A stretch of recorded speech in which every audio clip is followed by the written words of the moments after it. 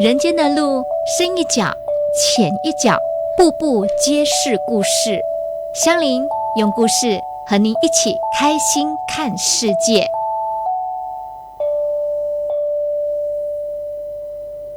从前有一座元音寺，每天都有许多人上香拜佛，香火很旺。在元音寺庙前的横梁上，有个蜘蛛结了张网。由于每天都受到香火和虔诚的祭拜的熏染，蜘蛛便有了佛性。经过了1000多年的修炼，蜘蛛佛性增加了不少。忽然有一天，佛祖光临了元音寺，看见这里香火兴旺，十分欢喜。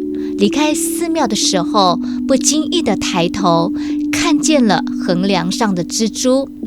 佛祖停了下来，就问这蜘蛛：你我相见算是有缘，我来问你个问题，看你修炼了这1000多年来有什么领悟，如何？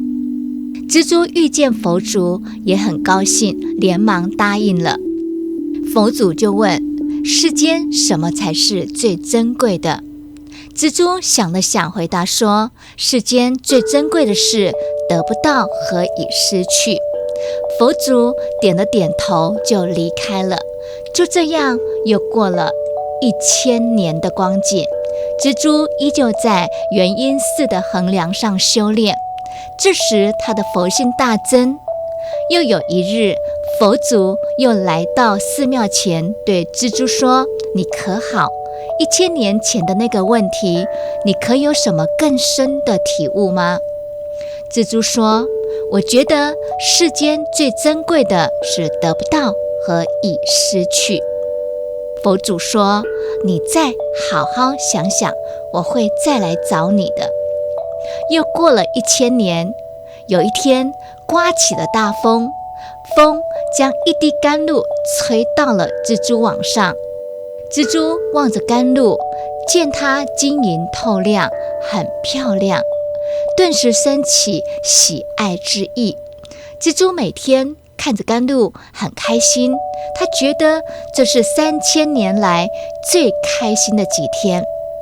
突然刮起了一阵大风，将甘露吹走。蜘蛛一下觉得失去了什么，感到很寂寞和难过。这时佛祖又来了，问蜘蛛：蜘蛛，这1000年你可好好想过这个问题，世间什么才是最珍贵的？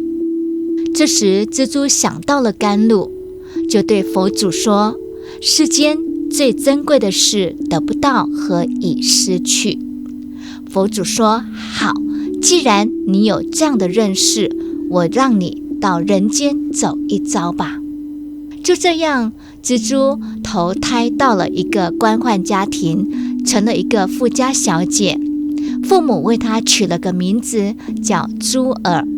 一晃眼，珠儿到了16岁，已经长成了青春美丽的少女，十分漂亮，楚楚动人。这一日，皇帝为新科状元郎甘露宗室举行庆功宴席。当时来了许多妙龄少女，包括珠儿，还有皇帝的小公主长风公主。状元郎在席间表演诗词歌赋，大献才艺，在场的少女无不被他折倒。此时珠儿一点也不紧张，因为她知道这是佛祖赐予她的因缘。过了一些日子，说来很巧，珠儿陪同母亲上香拜佛的时候，正好甘露也陪同母亲而来。上完香拜过佛，两位长者在一边说上了话，珠儿和甘露便来到走廊上聊天。珠儿很开心，终于可以和喜欢的人在一起了。但是甘露并没有表现出对他的喜爱。珠儿对甘露说：你难道不曾记得16年前元音寺的蜘蛛网上的事情了吗？甘露听了很讶异，说：珠儿姑娘，你很漂亮，也很讨人喜欢，但你想象力未免丰富了一点吧。说完就和母亲离开了。珠儿心想，佛祖既然安排了这场姻缘，为何不让他记得那件事？甘露为何对自己没有一点的感觉？几天后，皇帝下诏命新科状元甘露和长风公主完婚，珠儿则和太子知草完婚。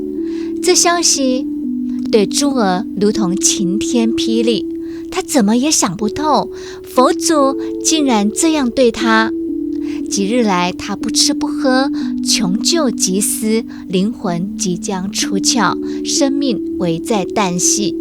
太子知草知道了，急忙赶来，陪在床边，对奄奄一息的珠儿说：那日在后花园众姑娘中，我对你一见钟情，我苦求父皇，他才答应。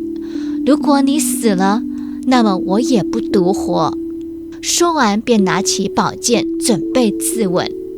就在这时，佛祖来了，他对快要出窍的珠儿灵魂说：蜘蛛，你可曾想过，甘露是由谁带到你这里来的呢？是风，是长风公主带来的，最后也是风将她带走。甘露是属于长风公主的，她对你不过是生命中的一段插曲，而太子之草是当年元婴寺门前的一棵小草，他看了你3000年，爱慕了你3000年，但你却从没有低下头看过他。蜘蛛，我再来问你，世间什么才是最珍贵的？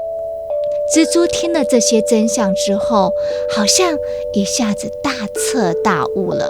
他对佛祖说：世间最珍贵的不是得不到和已失去，而是现在能把握的幸福。刚说完，佛祖就离开了，珠儿的灵魂也归位了。眼睛睁开，看到正要自刎的太子之草，他马上打落宝剑，和太子深深地抱着。故事结束了，好朋友，你能体悟珠儿最后一刻所说的话吗？世间最珍贵的不是得不到和已失去，而是现在能把握的幸福。也愿所有的好朋友都能把握现在的幸福。希望今天的故事大家会喜欢。今天就分享到这，期待下次再见。如果你也喜欢香菱今天分享的故事，按赞是一种鼓励，订阅是一种喜悦，分享是一种快乐。请记得帮我按赞、订阅、开启小铃铛，并且分享给对相关主题感兴趣的亲朋好友。谢谢您，有您真好。什么按自 C。